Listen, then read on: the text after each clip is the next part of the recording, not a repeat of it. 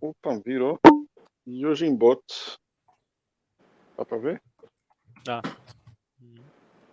Então, essa é uma HQ do Sylvain Repot.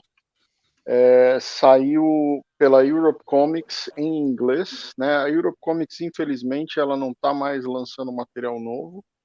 Ela parou de lançar material, se não me engano, em janeiro, e só no formato digital, né?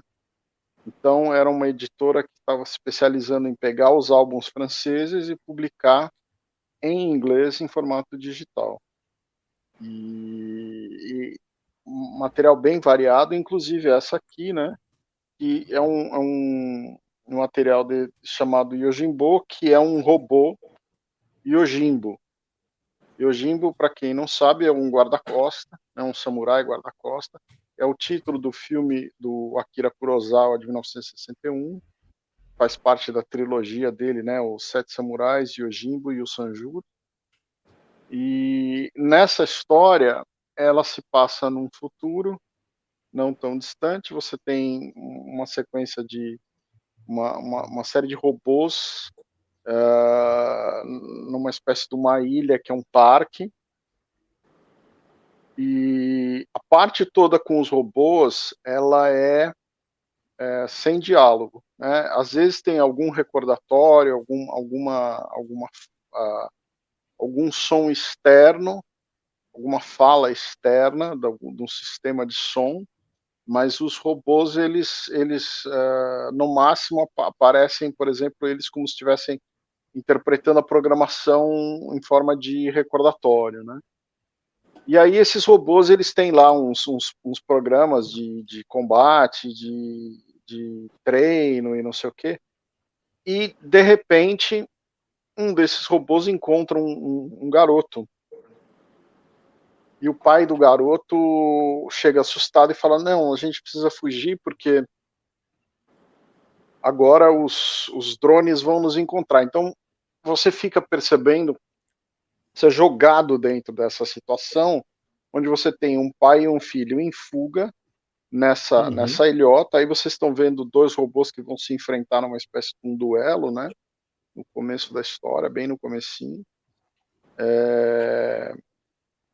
O desenho, só para vocês estão vendo, ele é bem puxado assim para uma coisa mangá. Ele retém muita coisa europeia, mas ele tem uma diagramação, uma série de efeitos mais na linha do mangá, né? Ele não chega, na minha opinião, ele não chega exatamente a ser um mangá, mas ele se esforça bastante para trabalhar nessa linha aí.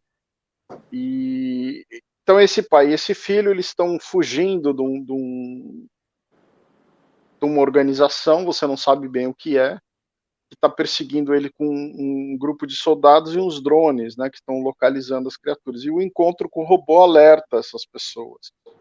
E aí o robô tem aquela coisa, né? O que eu faço? Eu protejo esses humanos ou não?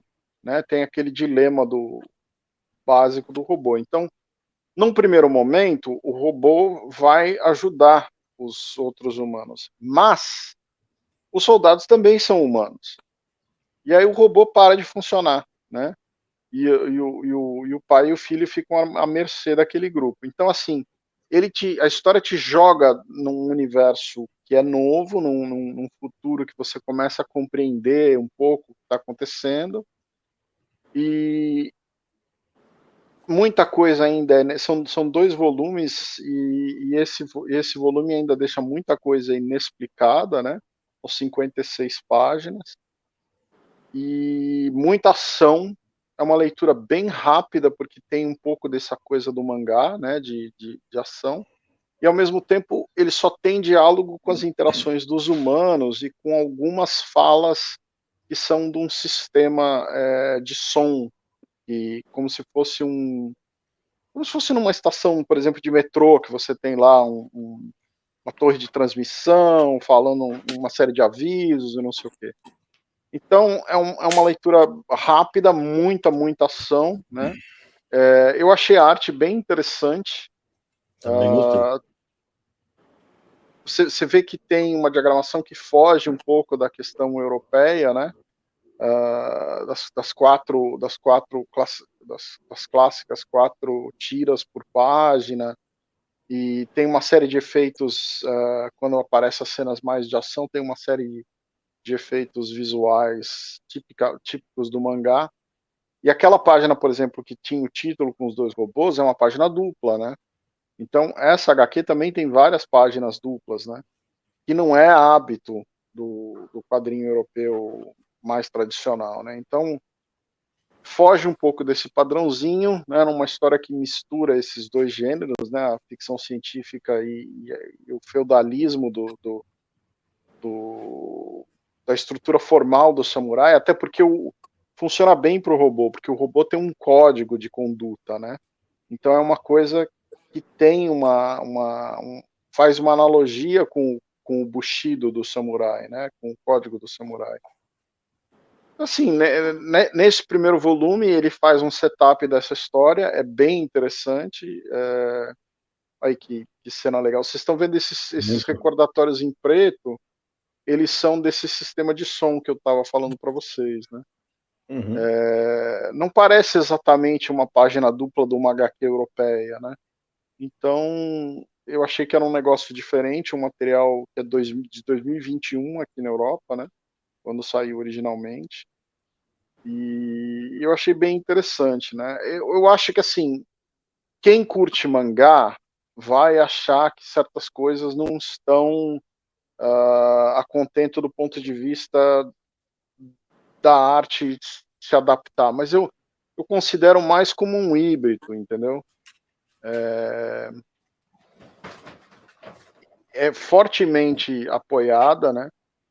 É o que o Pedro está falando, está cheio disso na França, e é verdade, né? Porque o mangá é muito popular na França, como na Ô, maioria dos países hoje em ô dia. Sérgio, mas como leitor, assim, funciona mais para leitor de mangá, originalmente de mangá, de repente fazer uma migração para um quadrinho mais europeu, ou o contrário, para o quadrinho, o cara que lê quadrinho europeu, de repente pegar essa estética em linguagem de Olha, mangá. Então, é uma boa pergunta. Eu diria que funciona mais para quem não é leitor de mangá, né? Embora ele tenha algum dos códigos visuais característicos do que se faz no mangá, principalmente quando se reflete na ação, eu não acho que tem muitas das coisas que são mais típicas até de que você tem os cenários reduzidos quando os personagens estão na frente, protagonizando um quadro, e aí não tem muito fundo, e aí quando tem alguma cena de cenário é super ultra detalhado, não é exatamente assim. E aquela coisa de você simplificar a expressão dos personagens, os humanos, eles são um pouco simplificados, mas não tanto quanto o mangá tradicional, né? E os robôs não são simplificados, né? Então, existe um hibridismo, né? Por exemplo, aquela coisa que o Sidney reclama, que toda criança está com o nariz escorrendo, ou tem Não, mas aquelas gotinhas de suor na testa, aquelas coisas, isso não tem muito. Tem algumas expressões quando os personagens gritam e tal, então eu acho que é mais uma maneira do europeu migrar para o mangá do que vice-versa, né? Uma pessoa que lê muito mangá migrar para o europeu. Mas eu posso estar enganado, né? Eu não sou um grande leitor de mangá, eu li muita coisa, mas eu não tenho esse contato com mangá que vocês têm hoje em dia aí no Brasil, que é montanhas de publicações que vocês estão lendo. Então eu sinto mais que seria uma maneira de quem não está tão enfronhado na linguagem do mangá, então, né? Diga, Samir, você ia fazer uma pergunta? eu até botei uma imagem de volta aí na tela, porque a maioria das imagens que você mandou são de robôs, né? Tem poucas Todas são de das robôs, expressões exceto humanas. essa, por isso que eu coloquei essa. Pelo que eu vi das imagens, obviamente eu não li o quadrinho, não sei dizer. Mas pelo que eu vi das imagens, se chama Yojimbo e tal, lida com esse tema de samurai e tal, mas me parece ser uma estética mais de quadrinho europeu mesmo, né? Também achei, mas com uma narrativa um pouquinho mais de mangá. Fiquei interessado. É que nas cenas de ação, por exemplo, tem muita daquela coisa de você reproduzir o movimento, tipo como em Akira, quando a moto anda, que o farol da moto faz assim, né? A luz no olho do robô faz o movimento, entendeu? Tem umas brincadeiras com a mudança de cor para você caracterizar uma cena de ação. Tem umas coisas. O Thiago Comixone colocou aqui, Cé. Esse é o futuro dos quadrinhos franceses. Os novos autores franceses literalmente cresceram lendo mangá. É verdade. É exatamente isso, né?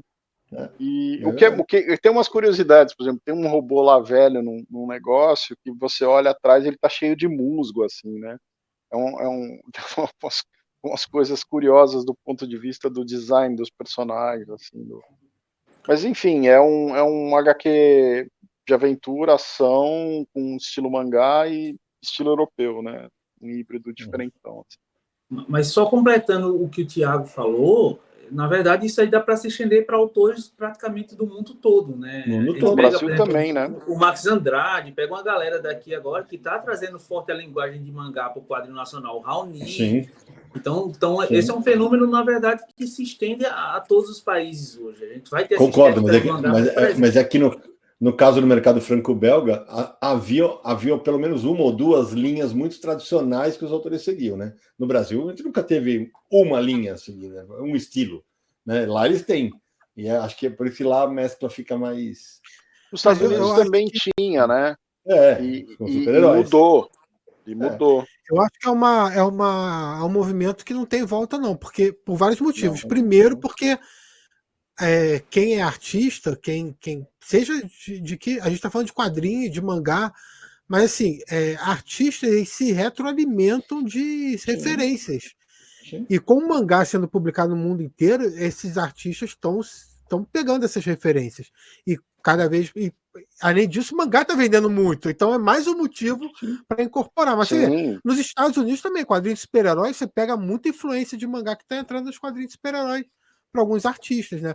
Linhas de ação em cenas de luta, esse tipo de coisa, assim. Cada vez mais. Uso de retícula, o colorido subjetivo na cena de ação, todas essas coisas. E a gente nem entrou no assunto de que, o Charles até tocou nisso, de artistas que já fazem com um traço de manga mais. Um traço que já é mais lembrado como um de mangá mesmo. Já tem artista que faz isso no Brasil e em outros lugares. Mas referências acontecem mesmo. Essa HQ, por exemplo, tem uma cena do robô com a criança. E você olha e fala, bom, isso aqui agora virou o Lobo Solitário, né? Porque é o samurai com a criança, que é o filho, né? Mas na verdade é o robô samurai e tal. Mas tem uma série de referências a coisas ligadas a samurai, a Yojimbo, a cultura japonesa, e tem as questões da linguagem. Tá? Então, pessoal... Só avisar o Rodrigo Macedo que é Tokyo Revengers, tá? Da JBC. Que, aliás, recomendo. Acho muito divertido. Tá. Da venda de 70 mil cópias, né?